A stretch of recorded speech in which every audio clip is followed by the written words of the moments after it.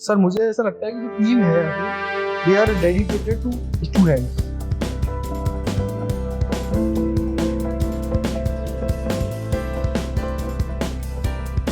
कि ये कैंपस है, it is a full package I believe. आपको कुछ और सोचने की ज़रूरत नहीं है, आप बस यहाँ आ जाओ एंड 2 साल बाद 1 साल बाद आप निकलोगे तो बिल्कुल ही अलग बन के निकलोगे एंड ऑफिसर तो बनोगे ही बनोगे, पर आप as a person you will grow.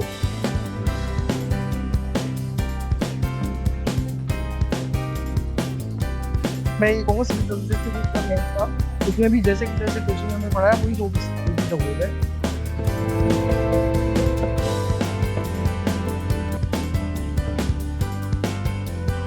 मुझे ये था कि फर्स्ट रैंक तो नहीं आएगी, हो सकता है selection, but first rank was something कि मैंने कभी टॉप नहीं किया, अपने स्कूल में भी टॉप नहीं किया। आई एम रियली ग्रेटफुल कि दे बिलीव मी, अगर वहाँ पे बिलीव नहीं होता तो शायद मैं आज यहाँ पे नहीं।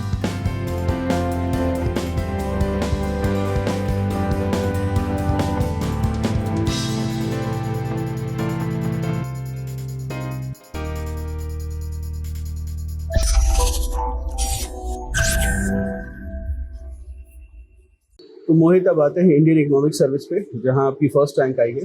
सबसे पहले तो ये इंडियन इकोनॉमिक सर्विस का एग्जाम का पैटर्न क्या है? सर इसमें 2 स्टेज प्रोसेस है। पहला होता है रिटन पार्ट, जिसमें 6 पेपर होते हैं विद इन 3 डेज। पहले दिन general studies and general English का पेपर होता है सर, एंड उसके बाद 4 पेपर इकोनॉमिक्स के होते हैं, जिसमें 3 कोर इकोनॉमिक्स के हैं एंड 1 इंडियन इकोनॉमी का पेपर होता है। एंड टोटल जो पैटर्न है वो ये 1000 मार्क्स का, 1000 मार्क्स का टोटल पैटर्न है और 200 मार्क्स का सर इंटरव्यू। ये जो 6 पेपर्स है ये 1000 मार्क्स के होते हैं। कैसे कैसे मार्क्स डिस्ट्रीब्यूशन है? Sir general English and general studies ये तो 100 मार्क्स के होते हैं, और बाकी जो 4 इकोनॉमिक्स के कोर पेपर होते हैं वो 200 मार्क्स के होते हैं। तो टोटल अराउंड 1000 मार्क्स का ये हो गया और 200 मार्क्स का सर इंटरव्यू। ये जो 4 पेपर्स इकोनॉमिक्स के हैं, एक एक करके इनके बारे में बताएंगे? बिल्कुल सर। जनरल इकोनॉमिक्स पेपर 1 है सर, इसमें मेजरली माइक्रो इकोनॉमिक्स आती है और क्वांटिटेटिव इकोनॉमिक्स आती है, जिसमें मैथमेटिक्स और स्टैटिस्टिक्स का मैचअप रहता है। And this is the lengthiest paper, जो पूरा इकोनॉमिक सर्विस का सिलेबस है उसमें सबसे ज्यादा लेंथीएस्ट, सबसे ज्यादा टाइम यही पेपर ले रहा होता है। और कई लोगों के लिए जो स्टूडेंट्स इकोनॉमिक्स बैकग्राउंड के हैं, they score very high in that. Apart from that, अगर पूरे आईएएस के सिलेबस को बांटा जाए तो मेजरली 6 to 7 हेड्स के अंदर ये कंप्लीट हो जाता है। आप micro economics major portion, macro economics, international economics, development and environment part, public finance and money banking and Indian economy, वो भी प्री 1991 एंड पोस्ट 1991। तो मेजरली ये है। एंड जैसे कि पेपर 2 की बात करें तो पेपर 2 में आते हैं macro economics, international economics and development part. And paper 3 में आपका पब्लिक फाइनेंस। पेपर्स में कितने क्वेश्चंस होते हैं? सर जनरली एक जैसे कि सिविल सर्विसेज की तरह ही जो ऑप्शनल का पेपर आता है, तो उसमें एक कंपलसरी पोर्शन होता है जो आपको करना ही होता है। हर पेपर में 5 से 6 क्वेश्चन होते हैं जो आपको करने ही होते हैं, that are around 5 to 10 marks. उसके अलावा जो क्वेश्चन होते हैं वो 15 मार्क्स के होते हैं और ये 20 मार्क्स के होते हैं।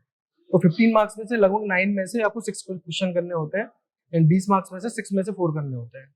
तो this kind of pattern in लगभग जो चारों पेपर होते हैं वो उसमें फॉलो होते हैं। ये पेपर 3 जो है इकोनॉमी का, सर पेपर 3 में मेनली पब्लिक फाइनेंस आता है, एनवायरमेंटल इकोनॉमिक्स आती है और इंडस्ट्रियल इकोनॉमिक्स आती है, जो ओवरलैप करती है माइक्रो इकोनॉमिक्स से। तो अगर किसी ने पेपर 1 अच्छे से किया है तो पेपर 3 बहुत एक शॉर्ट सिलेबस है, आपको बहुत अच्छे स्कोर दे देगा बहुत कम टाइम के अंदर। एंड पेपर 4 होता है जनरल इकोनॉमी, इंडियन इकोनॉमी के लिए, जिसमें कि प्री 1991 होता है और पोस्ट 1991, और इंडिया की जो भी इश्यूज चल रहे हैं वो सारे उसके अंदर कवर्ड होते हैं। चौथा पेपर जो इंडियन इकोनॉमी। ठीक है। अब एक बात बताइए, इंडियन इकोनॉमिक सर्विस की तैयारी अगर कोई सिविल सर्विसेज एस्पिरेंट नहीं हो तो कितना समय लगता है इसकी तैयारी करने में? सर 2 तरीके के स्टूडेंट हो सकते हैं, जो कोर इकोनॉमिक्स पढ़ के आए हैं, जिनकी फॉर्मल एजुकेशन इकोनॉमिक्स के अंडर ही हुई है, जिन्होंने बीए और एमए इकोनॉमिक्स में किया है, और एक मेरी तरह हो सकते हैं जिनका कोई बैकग्राउंड नहीं था इकोनॉमिक्स के अंदर। मैं एक माइनिंग इंजीनियर हूँ सर। तो दोनों तरीके के स्टूडेंट्स की अप्रोच डिफरेंट होनी चाहिए। अगर कोई कोर इकोनॉमिक्स का स्टूडेंट है और उसने अपनी मास्टर्स इकोनॉमिक्स में कर रखी है, तो उसके लिए तो मुझे लगता है कि इंडिया में इकोनॉमिक्स एक बहुत प्राइमरी सब्जेक्ट है और यहाँ पे स्टडीज बहुत अच्छी हैं। अगर किसी ने एक अच्छे से अपनी सब्जेक्ट्स को ग्रेजुएशन एंड पोस्ट ग्रेजुएशन पढ़ा है तो उसको बस अपने कॉन्सेप्ट्स को ब्रशअप करने की जरूरत है। एंड PYQs जो यूपीएससी का एक बहुत बड़ी चीज चंक होती है, आप सिविल सर्विसेज के ऑप्शनल के PYQs एंड इकोनॉमिक सर्विसेज के PYQs कर लीजिए। मेजरली पोर्शन आपका 60 to 70% उसी से कवर हो जाता है।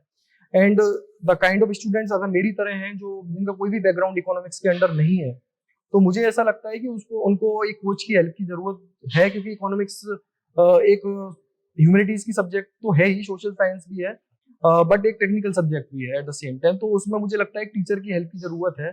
तो अगर कोई कोचिंग ले ली जाए तो आप अगर 3 से 4 महीने का एक हेल्प ले लीजिए, एक ब्रीफ आइडिया ले लीजिए, and I think you are good to go for the economic service. तो अगर मैं बोलूँ कि अगर हमें अलग से इकोनॉमिक सर्विस की तैयारी, आपकी तो सिविल सर्विसेज सेवा में भी इकोनॉमिक्स ऑप्शन था, अगर मुझे अलग से अगर तैयारी करनी हो इकोनॉमिक सब्जेक्ट्स की, तो या इंडियन इकोनॉमिक सर्विस को कितने महीने, कितने हफ्ते, कितने महीने इसमें लगेंगे? सर मेरी जर्नी तो काफ़ी लंबी रही है।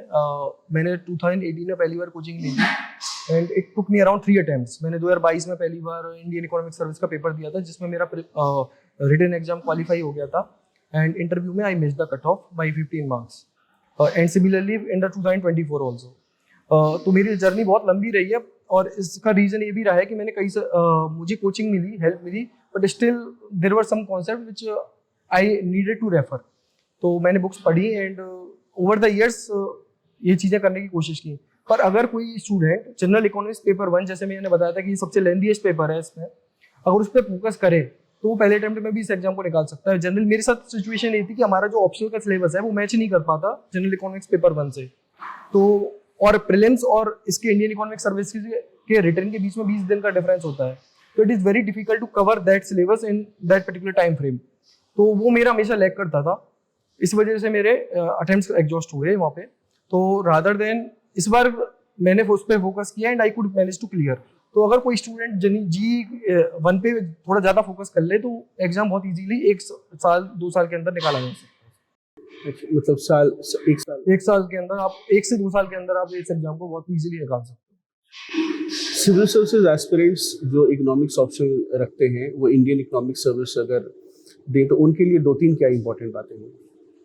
अगर आपका गोल भी नहीं है Indian economic service, but still it is a good opportunity for practice. 3 दिन आप इतना एग्जॉस्ट हो जाते हो, सुबह से शाम तक आप पेपर लिखते हो एंड सारे एग्जाम सब्जेक्टिव है, ऑब्जेक्टिव नहीं है। It will also help you in civil services. For them मैं यही कहूंगा कि आप जनरली जो हमारा जनरल इकोनॉमिक्स पेपर 1 का सिलेबस है वो मैच नहीं करता है, तो थोड़ा सा उस पर आप कुछ टॉपिक्स अगर आप उन पे थोड़ा ज्यादा ध्यान देते हैं तो जो जनरली रिपीट होते हैं, तो you can ace the exam. And I would say कि जनरल इंग्लिश पे भी आपको ध्यान देना चाहिए, क्योंकि 100 मार्क्स का पेपर है और highest marks they give around 61। तो these are the low hanging fruits. अगर जनरल इंग्लिश पे फोकस करा जाए और जनरल स्टडीज के पेपर को कंप्लीट कर दिया जाए तो इन दो अगर 2 पेपर्स के अंदर आप 120 मार्क्स लेके आ सकते हो। तो अगर वहां पे आपको एक पॉजिटिव वो मिलेगा पुश, और बाकी सब्जेक्ट्स में अगर आप कम भी करोगे तो दिस विल ओवर कंपनसेट। तो rather than focusing on everything, focus on few things and revise them more and write them much better. कम चीजें करिए और अच्छे से करिए तो you can ace the exam. आपका इंडियन इकोनॉमिक सर्विस का इंटरव्यू का एक्सपीरियंस कैसा था? सर IES में मैंने 3 इंटरव्यूज दिए हैं और मेरे तीनों अटेम्प्ट में मेरा इंटरव्यू में चयन हुआ था। इंटरव्यू के लिए आई वाज क्वालिफाइड। सो इन 2022 मेरा इंटरव्यू काफी अच्छा था। जनरल राज शुक्ला सर की बोर्ड थी और इट वाज वेरी कॉर्डियल। और जनरली मैं जॉब कर रहा हूँ, मैं तहसीलदार हूँ, तो मेजरली जो चीजें थी वो इसके ही रिवॉल्व की अराउंड। और मुझे लगता है कि इंडियन इकोनॉमिक सर्विस की जो इंटरव्यू है उसमें दे टेस्ट पर्सनैलिटी रादर देन आपकी टेक्निकल नॉलेज। तो अगर आप टेक्निकल नॉलेज पे फोकस करने की बजाय ऑल्सो आप फोकस करें अपने ऊपर, जो चीजें आप कर रहे हो, तो you can S this exam. And similarly जो चीजें हुई 2024 में भी यही हुआ था कि इंटरव्यू मेरा काफी अच्छा था, बट आई मिस्ड बिकॉज मेरा जो जनरल इकोनॉमिक्स पेपर 1 है उसमें मेरे मार्क्स बहुत कम थे। दिस ईयर मेरा इंटरव्यू का एक्सपीरियंस बहुत अच्छा नहीं रहा। इसलिए मैं ये भी कहूंगा कि जो चीज हमारे कंट्रोल में है, कंट्रोल द कंट्रोल लेवल, जैसे आप बोलते भी हो। मेंस का पेपर जो रिटन का पेपर होता है 1000 नंबर का है, अगर उस पर पूरा ध्यान दे दिया जाए उसमें इफ यू कैन स्कोर, एक जनरल कैंडिडेट अगर 500 नंबर लेके आ सकता है तो इंटरव्यू कैसा भी जाए you will clear this exam. तो इंटरव्यू पे फोकस करने की बजाय आप फोकस करिए रिटन एग्जाम पे। अगर वो अच्छा है तो कोई भी मुझे लगता है कि आपका ये एग्जाम होने से नहीं रुक सकता। कोचिंग नोट्स के अलावा क्या स्टैंडर्ड बुक्स या बेसिक बुक्स हैं पेपर वाइज या इवन अदरवाइज? क्योंकि जहाँ तक मेरी अंडरस्टैंडिंग है जीके जनरल नॉलेज के पेपर्स तो आप एमजीपी के स्टूडेंट रहे हैं तो आपको आंसर राइटिंग वहीं से आपने कर लिया होगा, लेकिन बाकी इकोनॉमिक्स के लिए 3 4 5 मस्ट रीड बुक्स कौन कौन सी हैं आपके हिसाब से? सर जैसे कि सारे टॉपर्स सजेस्ट भी करते हैं और मैंने भी वही पढ़ा है। कोचिंग लेने के बाद मेरा ये फोकस था कि मैं उन कॉन्सेप्ट्स को बहुत अच्छे से समझूं, इसीलिए माइक्रो इकोनॉमिक्स में जैसे एच एल आहूजा की बुक है, उनकी सबसे प्राइमरी बुक है, वो पढ़नी चाहिए। काफी डॉन्टिंग बुक है, काफी बड़ी बुक है, मोटी बुक है, but if you read it तो micro economics is the foundation of economics. वो अगर अच्छे से आ गए तो बाकी सारी सब्जेक्ट बहुत अच्छे से आएंगे। Similarly for the macro economics foehn की बुक है, वो चलती है। इंटरनेशनल इकोनॉमिक्स के लिए सैल्वेटोर क्रूगमैन आप पढ़ सकते हैं, and these are very good readings. For the development economics ML Jhingan की बुक आती है, वो पढ़ सकते हैं। पब्लिक फाइनेंस के लिए आप भाटिया की बुक पढ़ सकते हैं। For Indian economy I would suggest कि newspaper reading is very important. For Mrunal for it मैं ये कहूंगा ForumIAS की एक तो जो GS3 पढ़ाते हैं इकोनॉमिक्स का, वो दैट इज मोर इम्पोर्टेंट।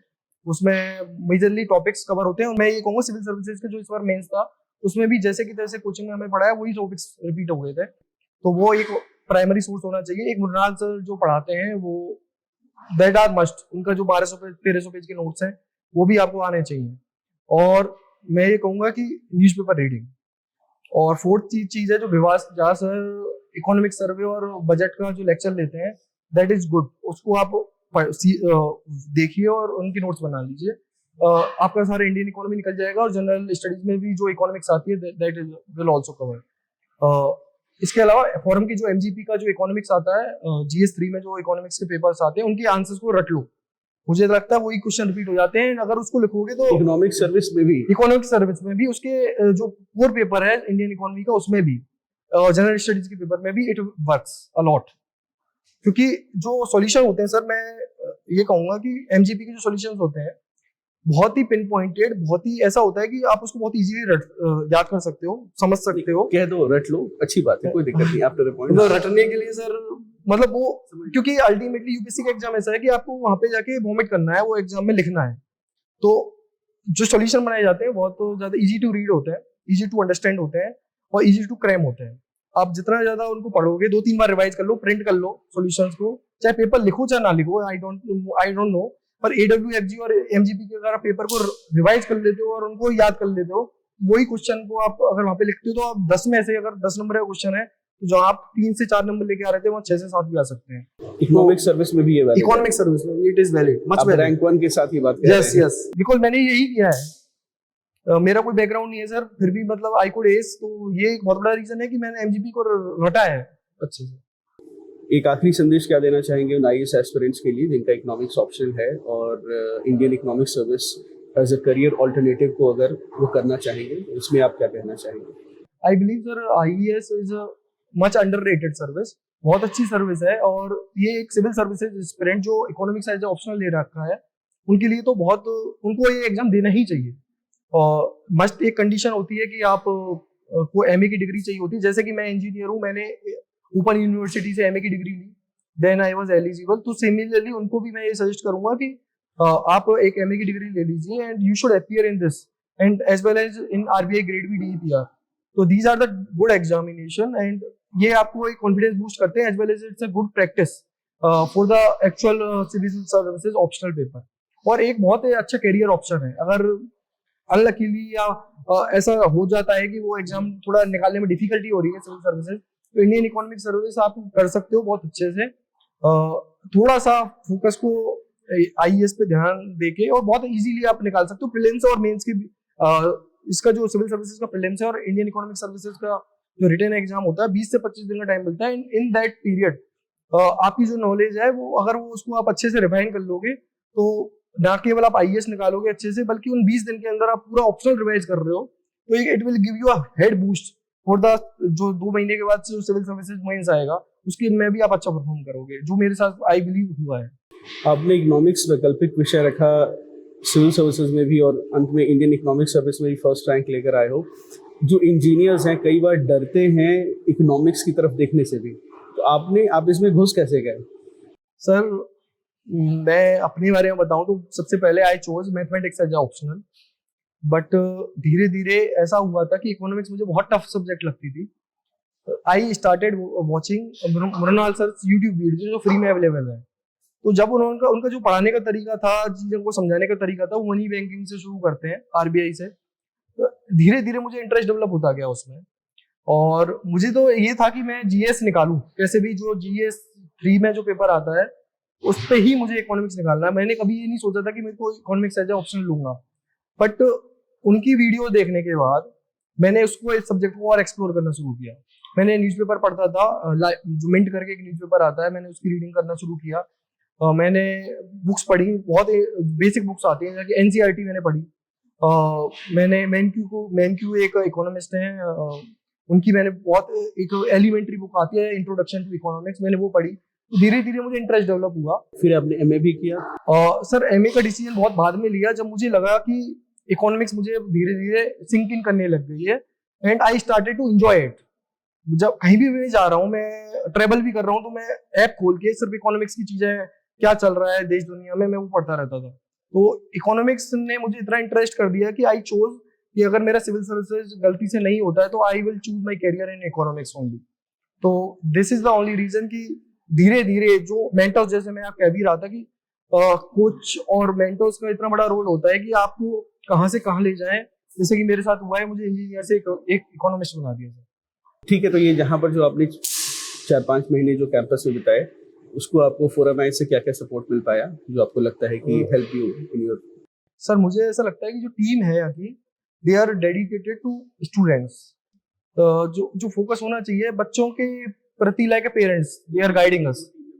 और मुझे ऐसा लगता है कि कई टीम मेंबर्स हैं जो हमारे हॉस्टल में है, और मैं नाम लेना चाहूंगा आदित्य सर का, चंदन सर का, आयशा मैम का, इनफेक्ट ठाकुर जी का। मतलब ये कैंपस, इन्होंने, मुझे ऐसा लगता है कि आप तो हमें पढ़ा रहे हैं एज ए कोच, पर ये इस इंस्टीट्यूट को, इस तपस्या को बिल्ड कर रहे हैं।